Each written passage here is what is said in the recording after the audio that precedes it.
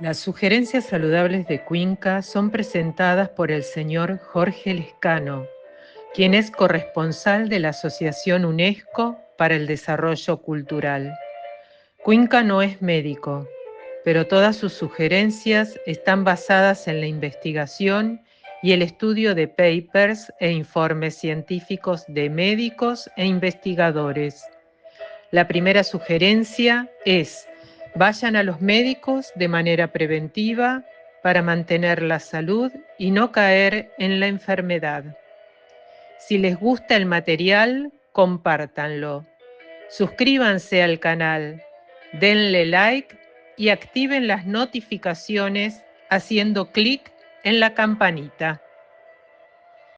Hacer algún comentario sobre genética y epigenética.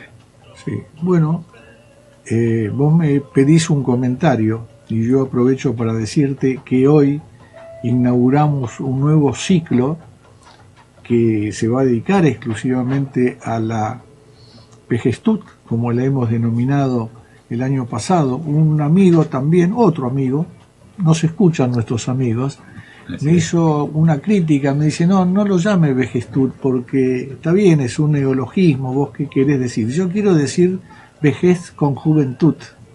Y me dice, no, empezá con la parte de juventud y terminá con la parte de vejez. Le digo, bueno, no encuentro la palabra. Cuando la encuentre te la voy a decir. Claro. Pero hoy iniciamos un ciclo que nos va a llevar varias audiciones para poder adentrarnos pormenorizadamente en estas lides del envejecimiento o de la vejestud para hacerlo de una manera saludable. Así que vos me preguntás sobre la genética y la historia empieza por ahí, empieza por la genética. Posiblemente caigamos en algunos temas que ya los hemos mencionado muy por arribita y ahora tenemos la pretensión de profundizar un poco porque nuestra audiencia ya está alertada, está instruida y está aprendida sobre esto. Entonces vamos a profundizar. La historia empieza por el ADN y el ADN va teniendo problemas con el transcurso del tiempo. Y una de las marcas distintivas por excelencia del envejecimiento era la formación de células senescentes. Las células senescentes tienen una particularidad. Son células que envejecen, ahora vamos a explicar de qué manera lo hacen, pero no mueren, quedan en el interior del organismo estas células. Estas células senescentes tienen el problema de estar zombies, para decirlo de otra manera, y contaminan a todo el entorno circundante. Entonces hace que células que están sanas, próximas a ellas, empiezan a ser disfuncionales y propician la senescencia. Es decir, es como aquel dicho de nuestros abuelos que decía: una manzana podrida en el cajón te pudre todo el lote. Bueno, pasa algo parecido, valga la analogía, ¿no es cierto? Químicamente no es parecido, pero la analogía viene al caso para entenderlo rápido. Empiezan a degradarse las células en el proceso de división y copia, y estas células que no tienen toda la energía que tendrían que tener se ponen zombies y no se mueren. Hay otras que sí se mueren. Hay otras células que se suicidan. Puede sonar extraño el término, pero es así a través de un proceso que se llama siempre me confundo, apoptosis, porque la otra vuelta dije adaptosis, no, apoptosis. Sí. Se suicida, cuando la célula se la ve mal, se suicida. Esa célula que se suicidó no es nociva como la célula zombie, la senescente, que sigue ahí pululando, pero que entorpece el funcionamiento de todo su entorno. Así que esa es una marca distintiva de envejecimiento, como alguna vez dijimos, y una un grupo de científicos, porque hay grupos científicos diseminados por todo el mundo investigando sobre las distintas marcas distintivas que ya hemos mencionado en la audición anterior.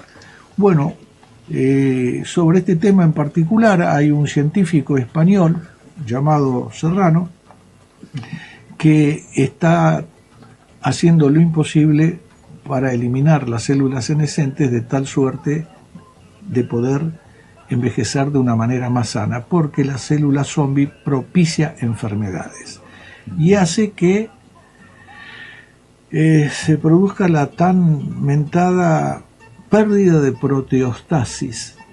¿Qué es la proteostasis? Es la homeostasis, pero de la célula. La homeostasis en general alude al equilibrio biológico de todas las funciones orgánicas. La proteostasis sería la homeostasis de la célula.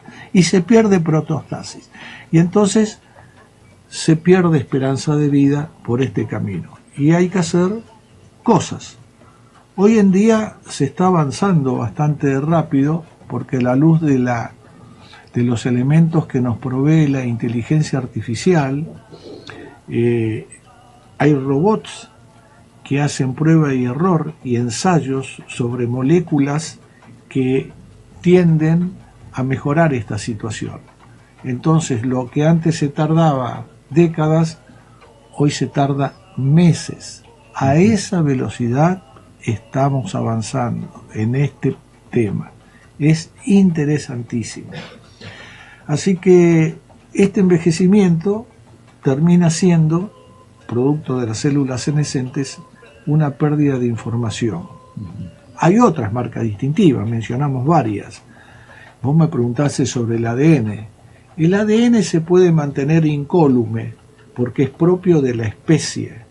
Y como también ya explicamos alguna vez, el ADN que todos vimos en algún dibujito, vimos ese helicoide, vimos esa escalera retorcida, y los escalones van de una punta a otra punta de las transversales, uniendo nucleótidos, lo que se llama nucleótidos. Los puntitos donde están aferrados esos escalones son los nucleótidos, que hay 4: adenina, tiamina, guanina y citosina.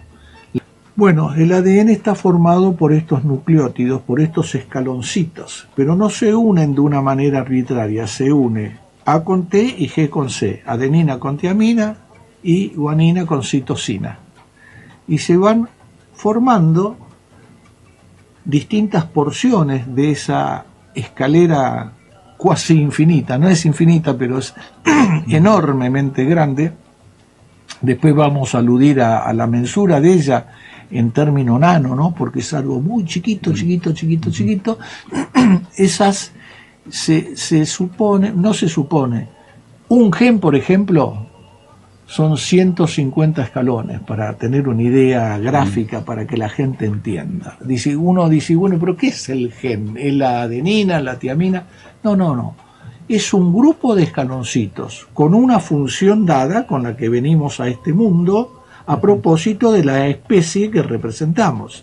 Entonces, 150, por decir algo próximo, podía conformar lo que se llama un gen, que es lo que vos me preguntaste. Bueno. Recién ahora te conté algo. Bueno. Estábamos en el ADN. Creo que tenías que todavía completar el tema de la epigenética. Sí, quedó en el tintero. Usamos bolígrafo, pero siempre quedan cosas en el tintero. Permitime para que se entienda bien, aludir a algo concerniente al ADN, a la formación del ADN. Sí. Porque uno capta el concepto cuando logra imaginarse algo. Por eso yo me desvivo en dar ejemplos que sean gráficos para que la gente lo entienda. Porque hablamos de ADN, hablamos de genes y hablamos de cromosomas. Sí. Y hay toda una gradación en eso. La historia empieza por los genes, que ya explicamos que están formados, son cuaternarios por 4 nucleótidos. Y después una cantidad determinada que dependerá del tamaño del gen, porque todos los genes no son del mismo tamaño, tendrán más escaloncitos o menos escaloncitos, esa escalera retorcida que siempre vemos dibujada. Ese ADN, a su vez, se enrolla sobre unas proteínas que se llaman histonas. Es como la manguera que se enrolla en el carretel, esa manguera que usamos para regar el jardín, ¿no es cierto? Bueno, el carretel sería la histona y el ADN se enrolla sobre ese carretel. Ahí tenemos una primera espiralización. Después, todos esos carreteles que están unidos entre sí, se vuelve el organismo, ¿no? Los vuelve a enrollar en una segunda espiralización.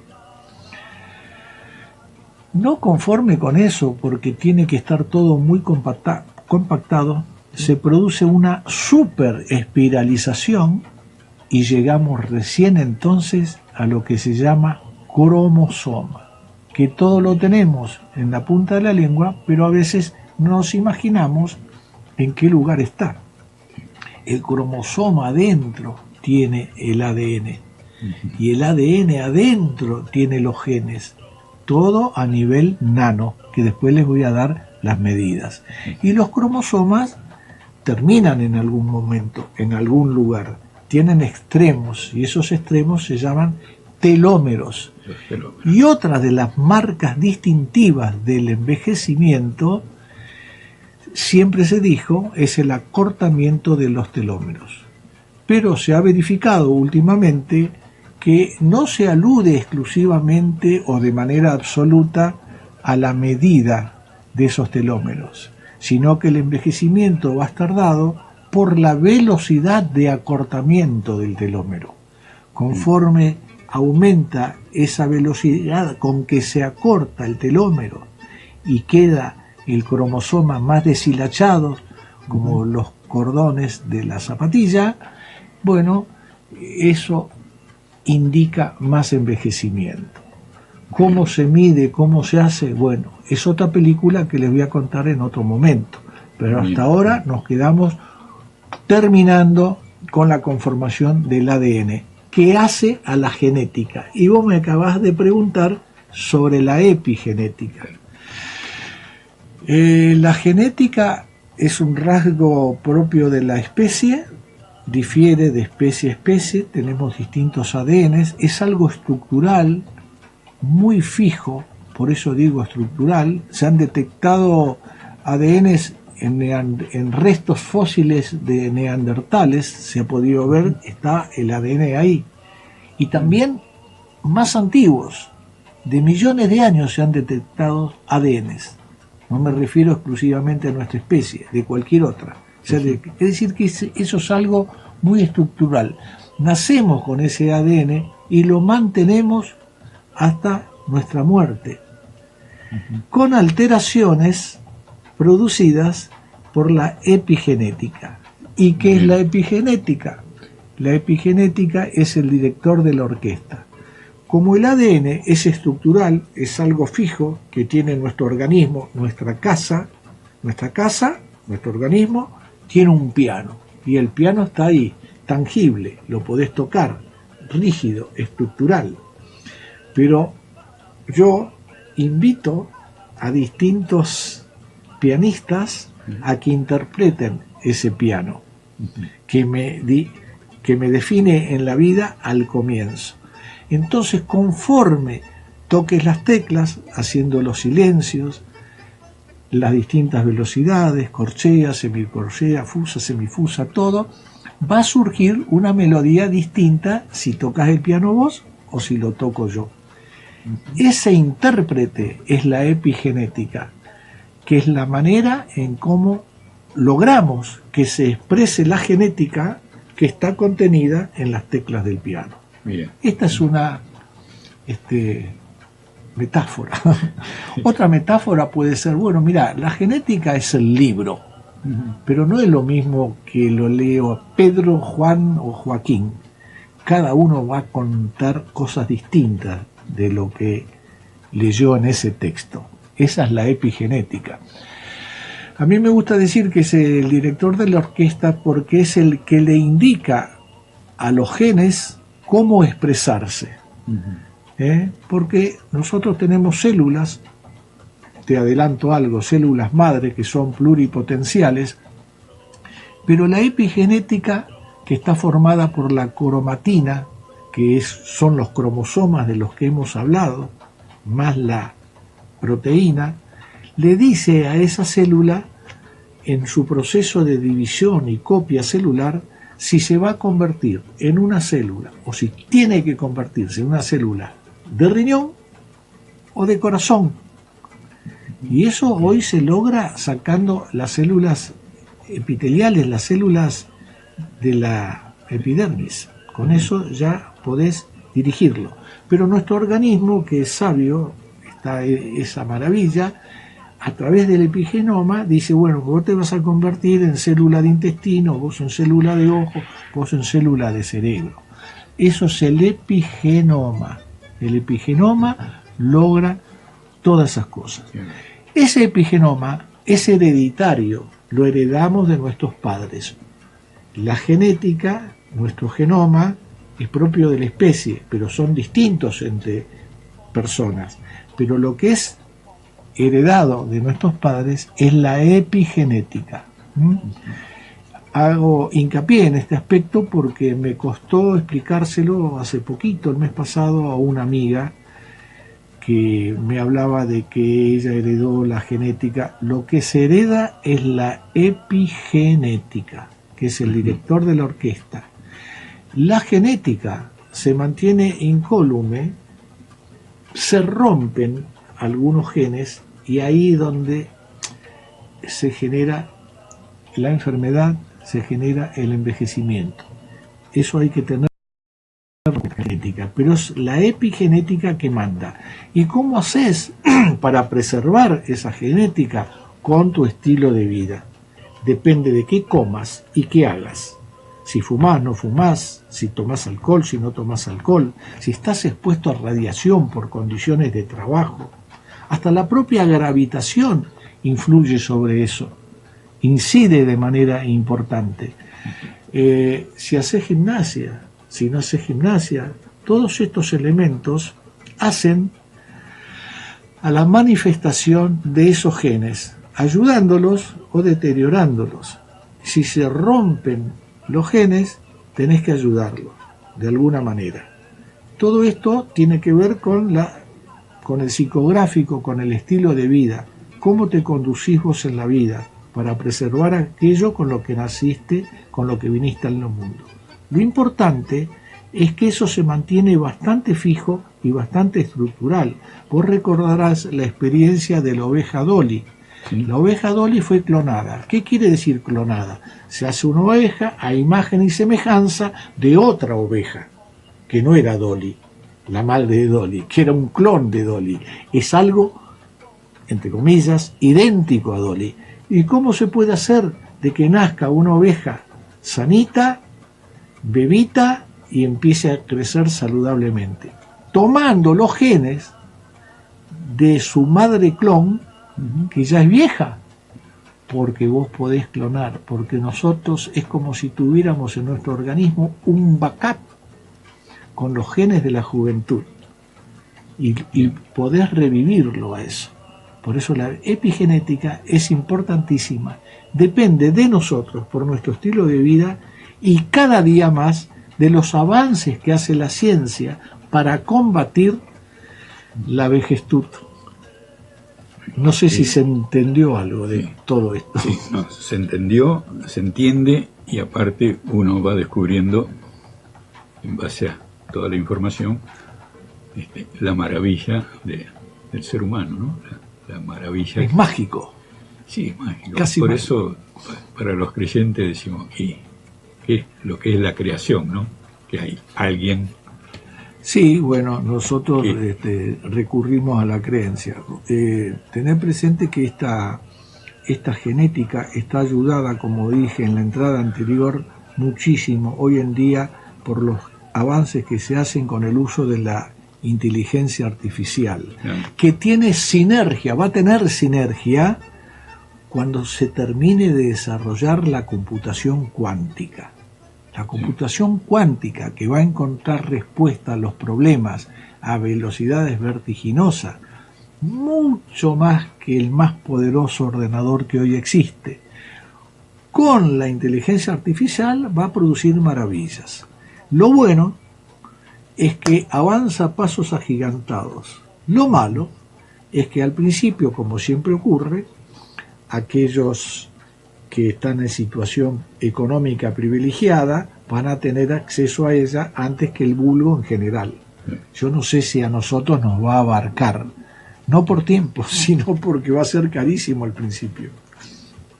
Bien, bien. Bueno, hablaste de genética, de epigenética, de ADN, el ADN, y hablaste de los genes, y hablaste de el envejecimiento, y hay genes de la longevidad. Sí, hay genes de la longevidad. Shinya Yamanaka descubrió en el año 2011, que le valió años más tarde, creo que por el 2015-16, el premio Nobel. Descubrieron los científicos 24 genes de la longevidad, particularmente 7 genes, Shinya Yamanaka, que los llamó sirtuinas, potenciando tus sirtuinas, que son los genes de la longevidad, a través de un medio de vida saludable y de moléculas que la ciencia está desarrollando actualmente. Lográs que estos genes se reactiven, las sirtuinas, produciendo más NAT, dinucleótido de adenina nicosamida, activando ese NAT, que es una sustancia que nosotros vamos perdiendo conforme pasa el tiempo. Alguna vez dije yo, no pasa el tiempo, nosotros pasamos. Bueno, nosotros pasamos y vamos teniendo cada vez menos NAT. Las sirtuinas, aplicadas convenientemente, hacen que ese NAT no merme, porque está comprobado que cuando baja el NAT a través del tiempo, se producen enfermedades, y las enfermedades resultan en envejecimiento y muerte. Se entiende hoy en día al envejecimiento como la enfermedad madre. Todas las enfermedades provienen de una enfermedad que se llama envejecimiento, que tiene distintas manifestaciones y que la medicina hasta el momento acude en auxilio tratando de sofocarla de una manera calmante, pero no va al meollo de la cuestión, que es la entraña de la enfermedad, que está posiblemente o no posiblemente en la ruptura del ADN. Cuenca, es para seguir, bueno, vos lo anticipaste, ¿no? Es denso el tema. Vamos a seguir en próximas emisiones, y ya próximo al cierre, según indicaciones de Daniel, te pido un aforismo al cierre. Uy, un aforismo. Vos sabés que no estoy muy aforístico hoy, pero me voy a remitir a un aforismo no propio. Bueno. ¿Sabés lo que es el tiempo? A ver. Es tardanza de lo que está por venir. Perfecto, perfecto. ¿Sabés de quién es esto? ¿De quién? De José Hernández. Mirá. José Hernández. No solamente escribió el Martín Fierro, sino aforismos. Aforismo. También.